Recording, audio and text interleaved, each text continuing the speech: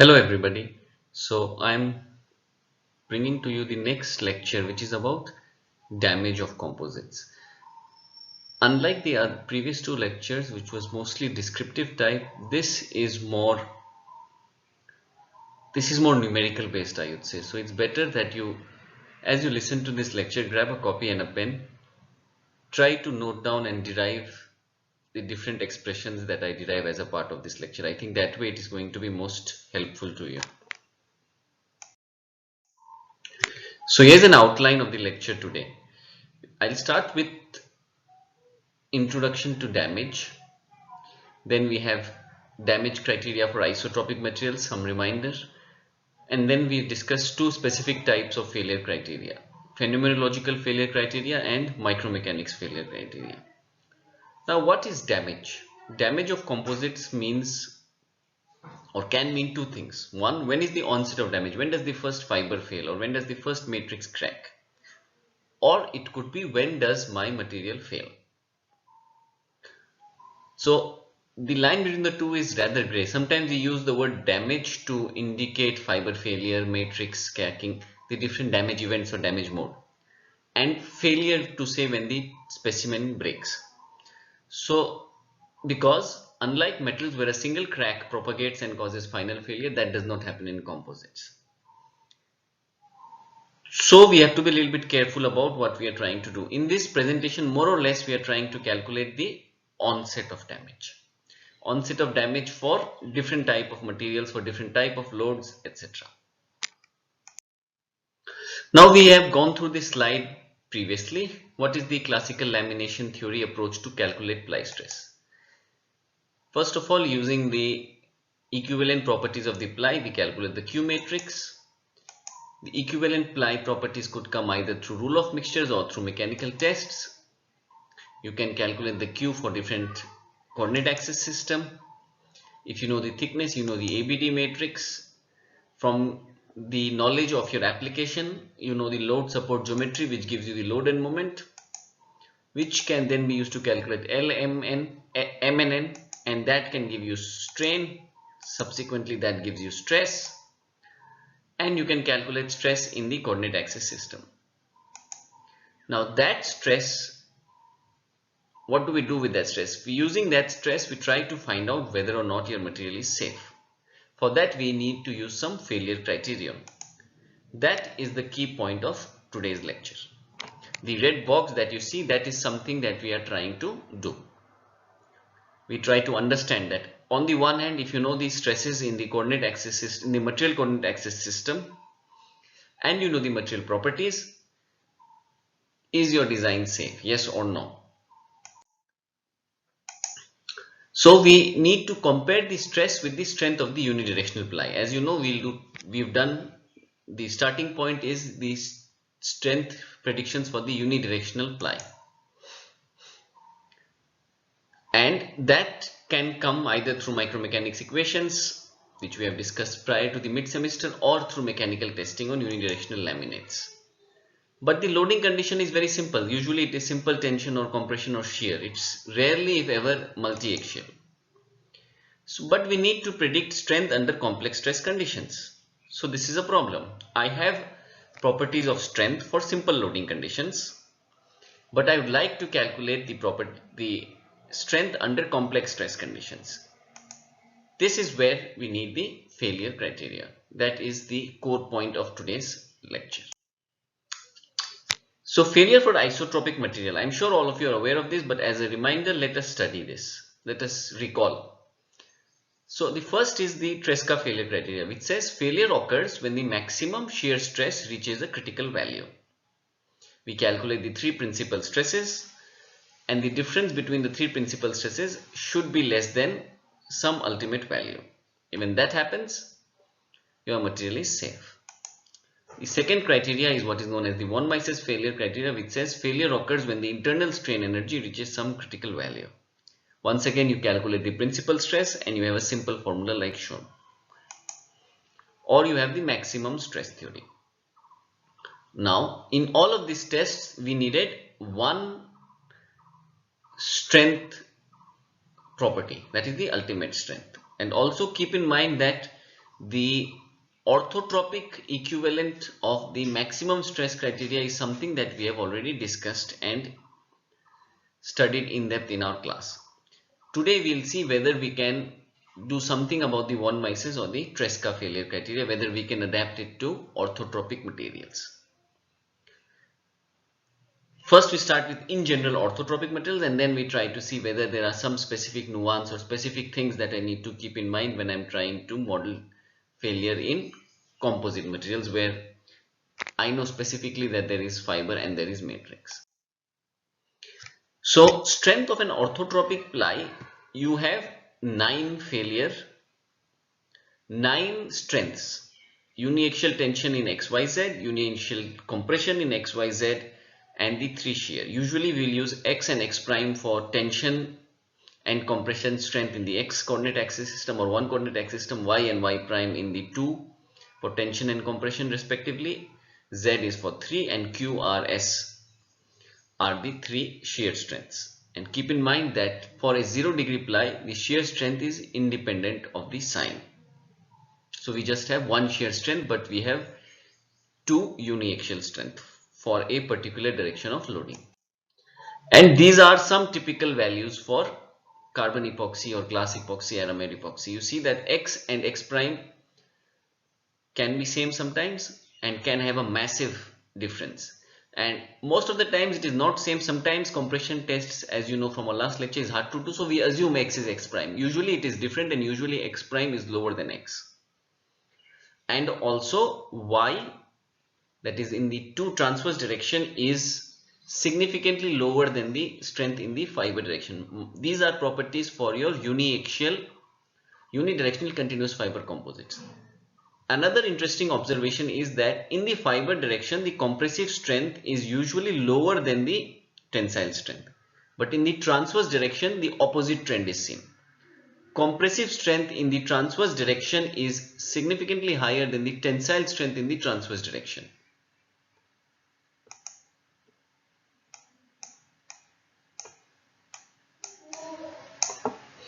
And yeah, as I said, the tensile strength in the fiber direction is usually lower than the compressive strength in the fiber direction. And shear strength usually is in between the tensile strengths in the fiber and the transverse direction. And keep in mind, this is only for unidirectional continuous fiber composites. For other type of composites, this trend might or might not be true. And also keep in mind that for carbon epoxy, these two values are taken to be same because doing a compression test is difficult. It might or might not be same. Sometimes you will just assume that these two are equal.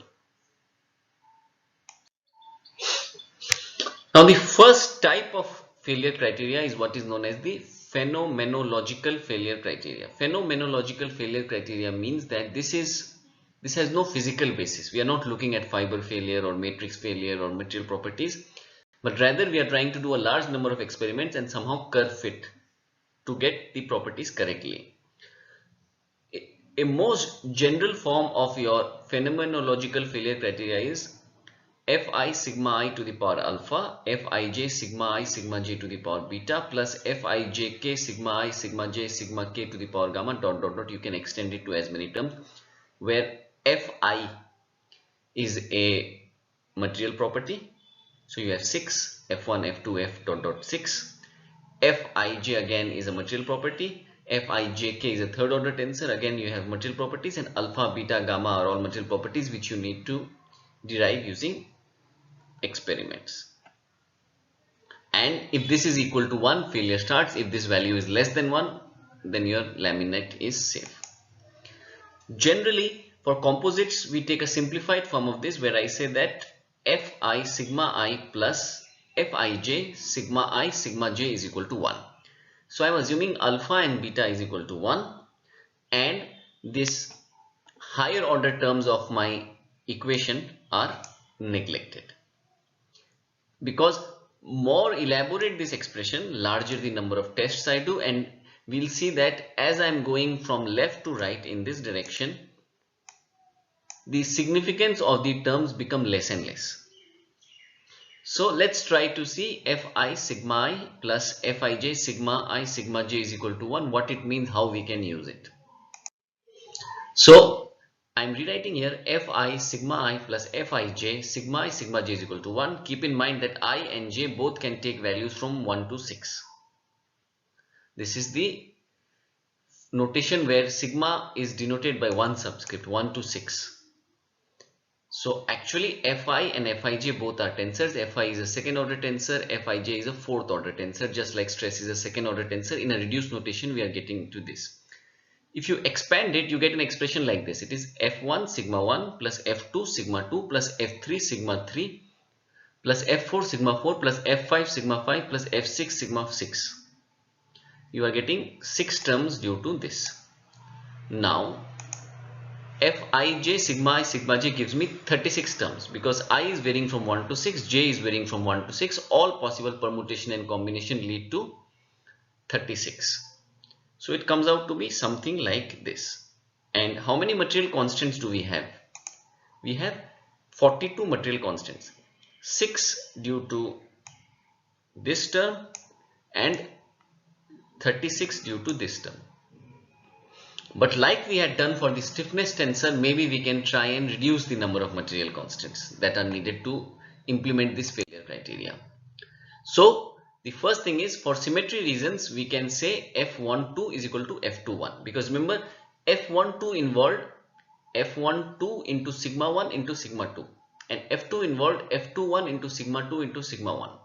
Now sigma 1 into sigma 2 is sigma 2 into sigma 1. So F12 is F21. And we can also say F16, F14, F15 are all 0. Why? Because shear stress is independent of sign. Meaning minus, if I say minus tau, the strength value should be the same as positive tau. And if you put minus tau, write the equation, and if you put plus tau and equate them to 0, wherever there is square of the shear term, that is non-zero, and non-square of the shear term is 0. So F16 was F1 into sigma 1 into sigma 6. Sigma 6 is the tau term. Now sigma 6 is equal to minus sigma 6. That can only happen if F16 is 0. Similarly, you can have F14, F15 dot dot all are 0. F4, F5, F6 is also 0 for the same reason. So my reduced equation comes out to be something like this. I have F1 sigma 1 plus F2 sigma 2 plus F3 sigma 3 plus F11 sigma 1 square plus F22 sigma 2 square plus F33 sigma 3 square plus F44 sigma 4 square dot dot dot plus 2 F12 sigma 1 sigma 2, because F12 is equal to F21. Similarly 2 F13 sigma 1 sigma 3 plus 2 F23 sigma 2 sigma 3. Now if I can find out these material constants, and if I know the value of sigma 1 sigma 2 dot dot dot sigma 6, I can equate it and find out whether that value is less than 1 or not. If it is less than 1, my laminate is safe. If it is more than 1, my laminate is not safe. Interesting thing is, from 42 material constants, we have brought it down to 12 material constants. So now the next question is, how do I derive the value of these 12 material constants? How many tests do I need to do? Which test will give me the value of F1, F2 dot dot dot. So the two questions, what are the tests we have to do and how many tests do I have to do?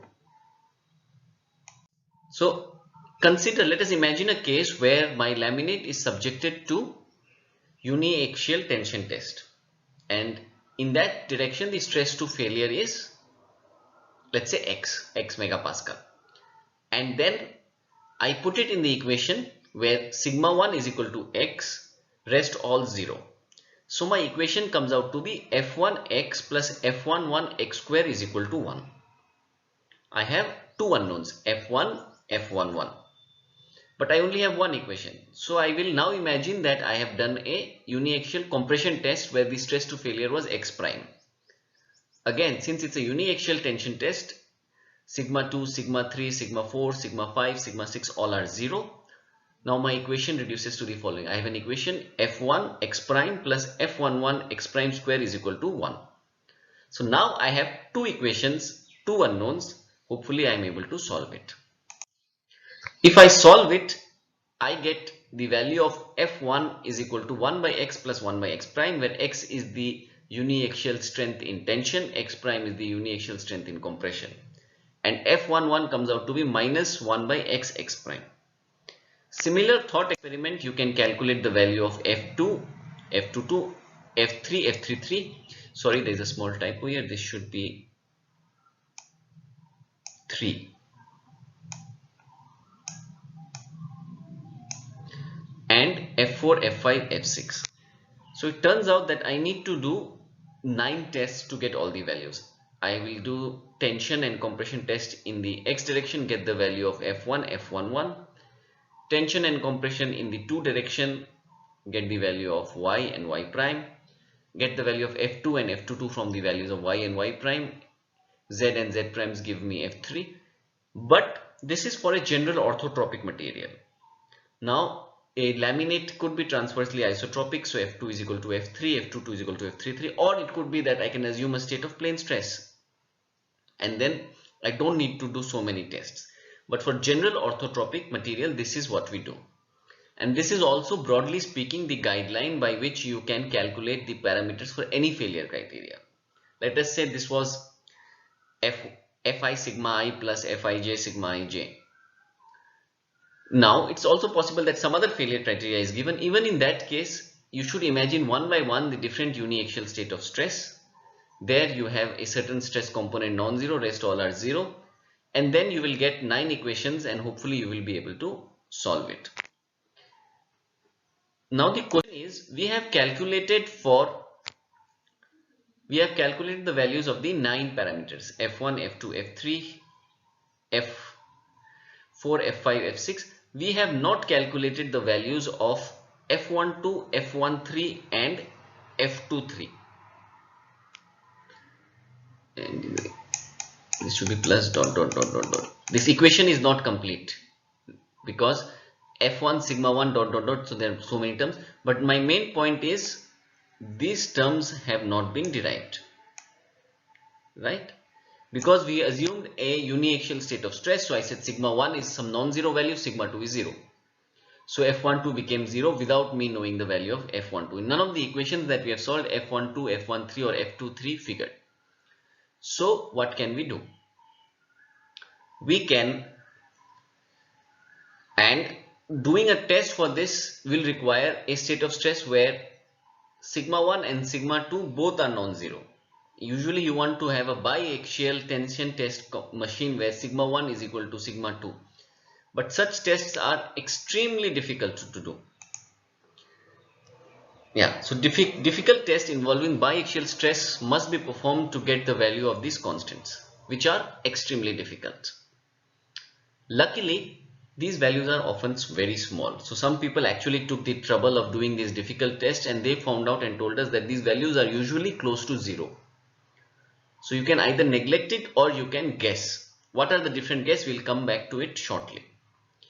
So, but at this point now we know that there is a phenomenological failure criteria which gives me a big form of equation where there are 42 material constants. We can reduce it down to 12 using simple assumptions and symmetry conditions, and out of that 12, further 9 are easy to derive using uniaxial tension tests, tension or compression tests. 3 are difficult, which we neglect, make it to 0, or we put some guess value. Now if I write this equation for a plane stress condition, so in a plane stress condition, sigma 3 is 0, sigma 4 is 0, sigma 5 is 0. If I remove all that and write my equation, you see the different terms in red.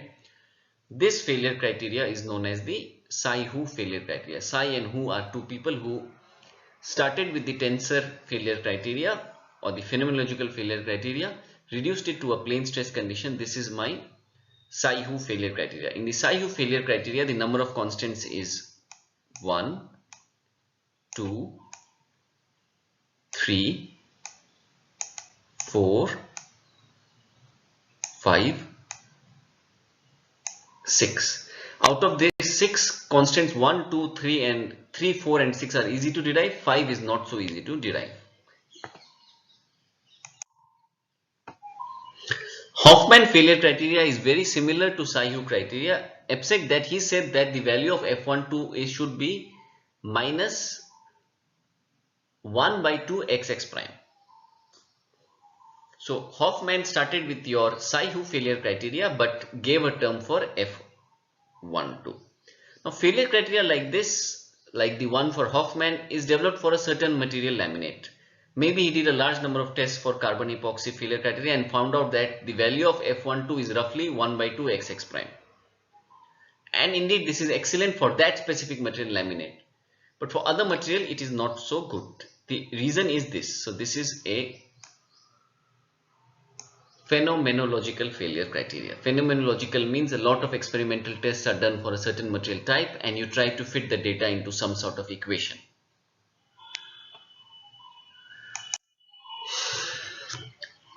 The other phenomenological failure criteria is what is known as the Hill failure criteria. Basically Rodney Hill was an English mathematician and he took the von Mises criteria and extended it to for a general anisotropic material. Even in that, the rationale is the same. This is the expression for your von Mises failure criteria and this is your expression for the generalized anisotropic material. One difference is that in the von Mises criteria, sigma 1, sigma 2, 3 means the principal stresses, but in your anisotropic media or the Hill failure criteria, sigma 1, sigma 2, sigma 3 means stresses in your material coordinate axis system. Now the question is, this has 6 material constants. How do you calculate the value of F, G, H, L, M, N? We will do the same thing as we have done for the previous failure criteria. That is, assume sigma 1 is non-zero, rest all are 0. When sigma 1 is non-zero, it will fail at uniaxial tensile strength, which is X. Then you will get a failure criteria, which will be Gx square plus Hx square is equal to 1. Similarly, you can put sigma 2 is equal to Y.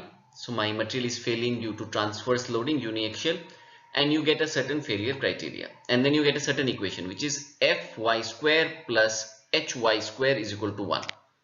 That way you get 6 criteria, you have 6 equations and you have 6 unknowns. Keep in mind that here the terms sigma 2, sigma 3, etc. are all under square. So this failure criteria doesn't differentiate between tension and compression. And solving those 6 equations, you will get coefficient which will look like this. You have 6 equations, 6 unknowns, and these are the coefficients. Again, if you look carefully, there is no y prime, z prime. So this failure criteria, one major disadvantage is that it cannot differentiate between loading in the tension and compression direction.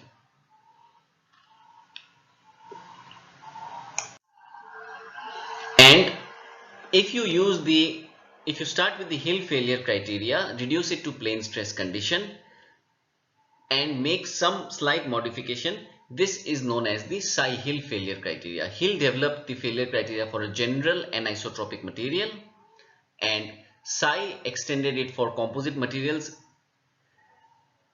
under plane stress condition, and we know that this is the Psi-Hill failure criteria. Now the big advantage of the Psi-Hill criteria is that he has introduced this term.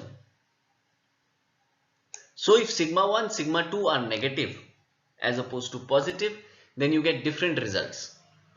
So in some ways the sign of the load sign of the stress is accounted for in the Psi-Hill failure criteria. It is not accounted for in the Hill failure criteria, where we had F into sigma 1 minus sigma 2 whole square plus G into sigma 2 minus sigma 3 whole square dot dot. So wherever there was sigma term, there was a square term.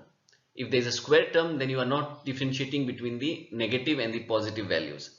But according to the Psi-Hill failure criteria, we are accounting for the change in sign of the stress because of this additional term that was introduced by Psi.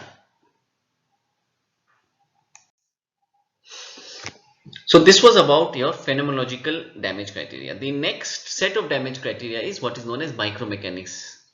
Micromechanics damage based models account for mode of damage. In the sense, it tells you that it doesn't look at a composite laminate or an orthotropic material like a homogeneous material and based on data you're trying to predict. No, that does not happen here. Rather, you're looking at fiber, you're looking at the matrix, you're looking at the interface and trying to understand what is happening on those levels and try to calculate and try to predict whether or not your material will fail based on that.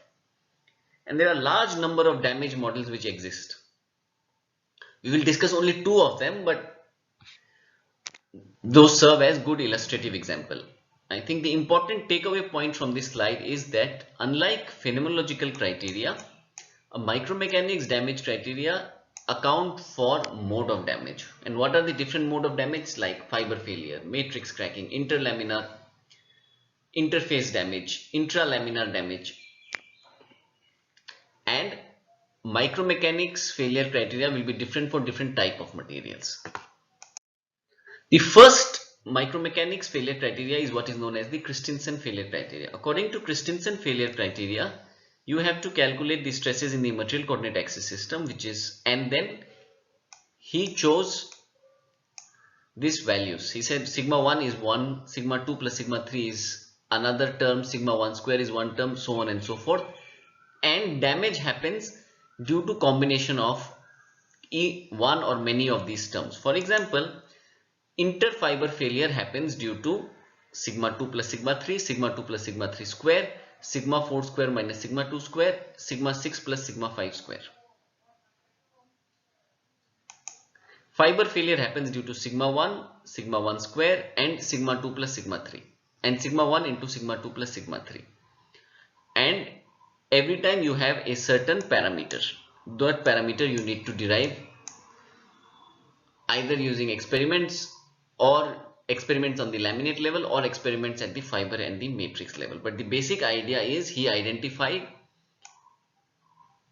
a few components or a few combinations of stress.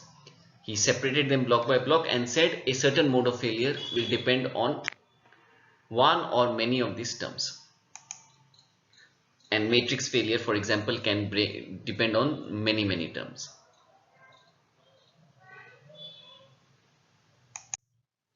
The next failure criteria is what is known as the Hashine failure criteria. Hashine failure criteria is able to differentiate between fiber failure and interfiber failure. And it also distinguishes between tension and compression. According to this, a composite laminate will fail due to matrix tension failure when this equation is satisfied. Sigma 2 plus sigma 3 square divided by y square plus sigma 4 minus sigma 2 sigma 3 divided by S23 square plus equal to 1. If this condition is satisfied, then your matrix compression failure will happen. Here is equal to 1 is hidden by my photo, so I am writing it here. Okay. And tension failure happens when this happens, and tension compressive fiber failure happens when this happens. So for a 2D criteria, Hashine failure criteria is identified as this. You have matrix tension and compression failure, and you have fiber tension compression failure, and you have shear compression failure. This failure criteria is by far the most commonly used criteria in the composites community, mainly because this has been implemented in software Abaqus. And this needs 6 strength parameters: x1, x and x prime, y and y prime, and you have S12 and S23. If you are able to do the 6 tests, this equation is inbuilt in Abaqus, and also in Abaqus you have Hashine failure criteria in 2D. Not the previous slide where it was for a general 3D case, but this criteria has been implemented. So this brings me an end to this lecture where I've introduced the different damage criteria. The next lecture will be one where I will show you how we can use this failure criteria to solve a number of problems. I will be solving 3 to 4 problems, and that we will discuss in the next presentation, which will be out tomorrow. So I think it is in your best interest that before tomorrow, when we look at how to solve problems, make sure that you go through these slides. Make sure you go through this video so as you understand what are the different concepts, what are the different failure criteria, and then you will be able to understand better our different numericals that we will be solving tomorrow. With this I end. Thank you.